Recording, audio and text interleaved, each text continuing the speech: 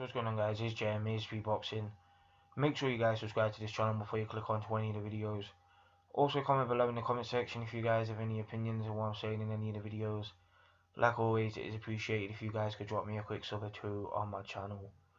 So a lot of people are saying after his massive upset loss to fringe contender Caleb Truax this past Saturday night that James Degale is a fighter on the decline, that James Degale, in terms of winning world titles again, of unifying at 168 pounds, that's all finished now. That is all downhill now for James Degale. And that performance against Caleb Truax this past Saturday night was a bad one from James Degale. Like, he totally overlooked Caleb Truax because on paper Truax looked like a very limited fighter, and to be honest, Truax is a limited fighter. He's a fighter who doesn't really do anything great in there. He's a very limited fighter at the end of the day. He's a solid fighter, he can do certain things in there, Caleb Truax, but in terms of being world class and being one of the top fighters at 168 pounds, he's not. But saying that, on Saturday night he beat James Degale and he boxed out of his skin, because James Degale went into that fight very arrogant, looking over Caleb Truax, saying that he wants to fight with David Benavidez next and the winner of the World Boxing Super Series. Like, was totally dismissing any chance of Caleb Truax winning the fight. Obviously I picked James Degale to win, so did most people, like almost everyone, because obviously James Degale is a better fighter than Caleb Truax. But on Saturday night he just looked flat. He looked like he didn't really want to be in there, James Degale. Like, for the first couple of rounds he started off okay. Typical James Degale, you know what I mean? Starts very quick, starts off well, but then he just falls flat, you know what I mean? And he starts to get bullied on the ropes and marked up. There was swelling on his eye from the third, fourth round. He got his nose badly busted open. Like, he was just getting marked up badly, James Degale. He was getting tagged by Truax, and Truax was just doing what he wanted in there, and James Degale wasn't doing what he wanted in there, you know what I mean? So Truax definitely controlled majority of the rounds in there, and he deserved the decision, and he got the decision, even though it was in James Degale's backyard.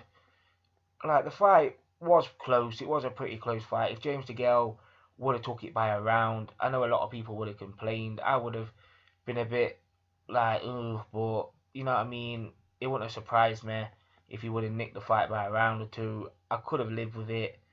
But in my opinion, Truax deserved to win the fight because he did enough. In my opinion, I had him winning by 2 rounds. I just felt that James Degale just didn't do enough to win the fight, to nick the fight. But if he would have nicked it, then it is what it is at the end of the day. But James Degale's been on the decline since he won the world title. In my opinion, he's been on the decline ever since.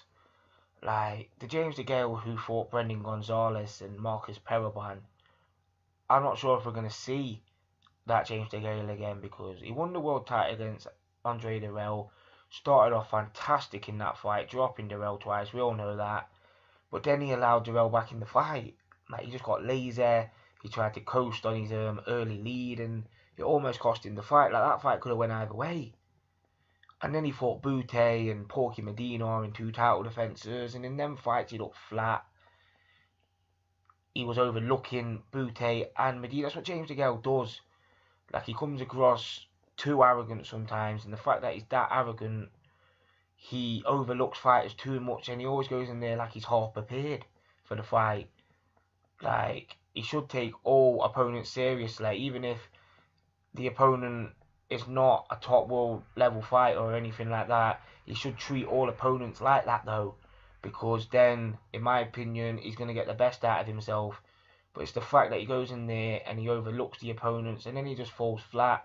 And not to mention his weaknesses in there as well, like his physical strength. James Degale, like, in terms of physical strength, he's not the strongest guy at all. Like, Truax fought the majority of his career at middleweight, and he was bullying James Degale in there in terms of physical strength, pushing him back, keeping him on the ropes, and you know what I mean? Badu Jack was doing it in the fight as well, just totally putting it on James Degale, bullying him, the bigger man imposing his size on James Degale, and Degale nearly got stopped because of it. He was lucky to see out that 12th round, because if it was in the 9th, 10th round, James Degale would have got stopped, in my opinion, in that Badou Jack fight. And, you know what I mean, it's just all going downhill for James Degale, in my opinion. And he's, what, 31, 32 years old? Like, he's not getting any younger. I don't think he's going to get any better or anything like that. I think James Degale, if he's going to do anything again, he might need to change his training setup. I seen Hatman talk about this in his video, that James Degale should drop Jim McDonald, and I think that could be a good move for James Degale. I'm not sure where he could go trainer-wise, but I think he just needs a fresh start in terms of his setup, his preparation for fights and stuff like that. I think him and Jim McDonald, I think they've reached the end of their road. I know he's loyal to Jim McDonald because Jim McDonald's guided his whole career. He's been in his corner his whole career. But I think they've reached the end of the road now. And if James Degale wants to try and do anything again at 168 pounds, if he wants to try and become a world champion again and be the #1 super middleweight like he says he wants to be, then he might need to try something new. Because, you know what I mean, with his setup at the minute and the way he's fighting and stuff like that, I just don't see it ending well for James Degale. And this is the guy who said he wanted to go to 175 pounds, like, saying that he wanted to fight Adonis Stevenson. I'm telling you now, if James Degale fought Adonis Stevenson, at the end of the fight, Adonis Stevenson would be arrested for GBH, because that's how badly I think James Degale would have got knocked out in that fight against somebody like an Adonis Stevenson, because he gets too lazy in there, and someone like an Adonis Stevenson hits way too hard for James Degale to be doing that. But, you know what I mean, I don't know where he goes from here. Like I said, he might just need a little time, think about what he's going to do. He might stick with Jim McDonald and try and do something new, but I think he just needs a totally new training setup and go back to the drawing board, fight a few 10-rounders or something like that, or maybe he'll just try and jump into a big fight again straight away, James Degale. But I think he needs a couple of good performances before he jumps back in to world level, to world class, to world title fights. But can James Degale get up for them kind of fights? Because he's deep into his career now, James Degale. At this point in his career, he thought he'd be a unified champion in the big fights, but instead he lost his world title to a fringe contender, and now he's left holding his dick.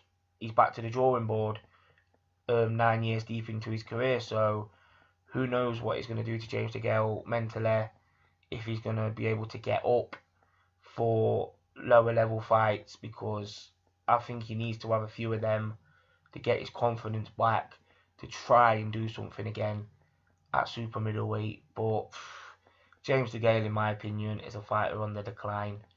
And I like James Degale as a person. Like, he's a guy who talks no shit. He's a guy who keeps it real, who does what he wants, who hasn't been held down by a promoter, a guy who's gone to America, been paid quite a bit of money and stuff like that. But I just think he's declining, and he might need to try and change something to just try and deal with that, you know what I mean, to try and not make it a rapid decline, so he can have a couple more decent performances if he can. But maybe the punishment he's took over the years, the hard grueling fights he's been in with the likes of George Groves and Badou Jack and Lucien Bute and Andre Dirrell and stuff like that. He's been in some tough fights over the years, James Degale. And that fight against Truax on Saturday night, that's just more miles on the clock, more damage to his body.